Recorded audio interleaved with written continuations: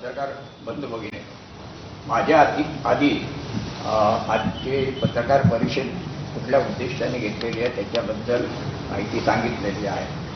मुख्य मुद्दा हे येणारी जी निवडणूक आहे ती निवडणूक ही मतदार यादीवर अवलंबून असते.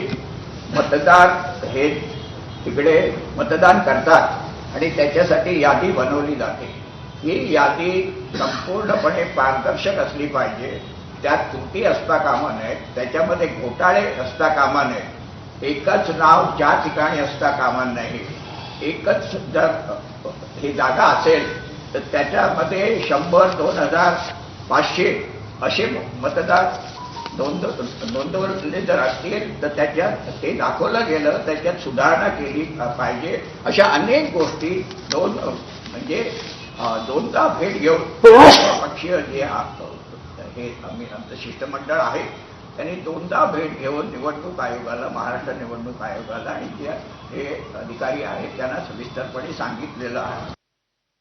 त्यांचा खुलासा आलेला आहे तो जुजबी आहे आणि तो खोटा आहे. त्याच्यामध्ये मुख्य मुद्दे जे आम्ही तिथे सांगितले त्याच्यामध्ये काहीही सुधारणा झालेली नाही आणि त्यामुळे ती जी निवडणूक आहे ती योग्य प्रकारे घ्यायची असेल तर त्याच्यामध्ये सुधारणा झाल्या पाहिजेत ही आमची ठाम भूमिका आहे. आणि त्याच्यासाठी पुढचा जो कार्यक्रम आहे तो या ठिकाणी आम्ही सगळ्यांनी मिळून ठरवलेला आहे. आणि याच्यामध्ये आपण जर पाहिलं की हा फक्त महाराष्ट्राचा मुद्दा होत नाही. भाजप आणि जे सरकार आहे, केंद्राचं सरकार आणि महाराष्ट्राचं सरकार, त्यांनी निवडणुकांची जिंकण्यासाठी एक मोडस ऑपरेंडी केलेली आहे. बोगस यादी करायची आणि अशा पद्धतीने निवडणूक जिंकण्याचा प्रकार त्यांचा चालू असतो. त्याचा कुठेतरी बंदोबस्त केला पाहिजे. तो महाराष्ट्रामध्ये होऊ शकतो, झाला पाहिजे आमची भूमिका आहे. त्याच्यानंतर मतदार यादीचा मुद्दा हा प्राथमिक मुद्दा आहे. पण दुसरेही अनेक मुद्दे आहेत ते नंतर आपल्याला घ्यावे लागतील. म्हणजे जे प्रभाग आहेत त्या प्रभागमध्ये ते व्हीव्हीपॅट स्लिप आपल्याला मिळायची, पण ती स्लिपिंग आम्ही देणार नाही अशी त्यांनी भूमिका घेतलेली आहे. अशा पद्धतीने आणि आपल्याला माहिती आहे मतदान होत असताना आता पूर्वी 600-700 होते, आता 1200 मतदान केंद्रावर असतात.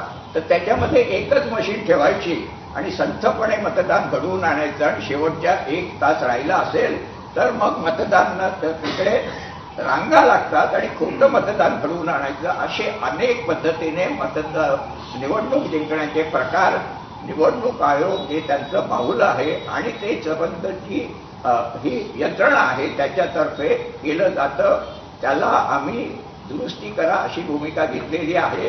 त्यांचं जे काही स्पष्टीकरण आहे ते कोणालाच पटलेलं नाही आणि त्यामुळे हे जी तीव्र भावना आहे मतदारांची आणि शेवटी राजकीय पक्ष निवडणुका लढवतात ती तीव्र भावना दाखवण्यासाठी सर्व जे पक्ष याच्यामध्ये ज्याच्यात आमचा भारतीय कम्युनिस्ट पक्ष सहभागी आहे 1 नोव्हेंबरला मोर्चा डिक्लेअर केलेला आहे.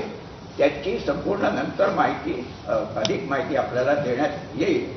पण या मोर्चामध्ये भारतीय कम्युनिस्ट पक्ष संपूर्णपणे सहभागी असेल इतकंच मी या ठिकाणी सांगतो आणि थांबतो. महाराष्ट्र नवनिर्माण सेनेचे नेते श्री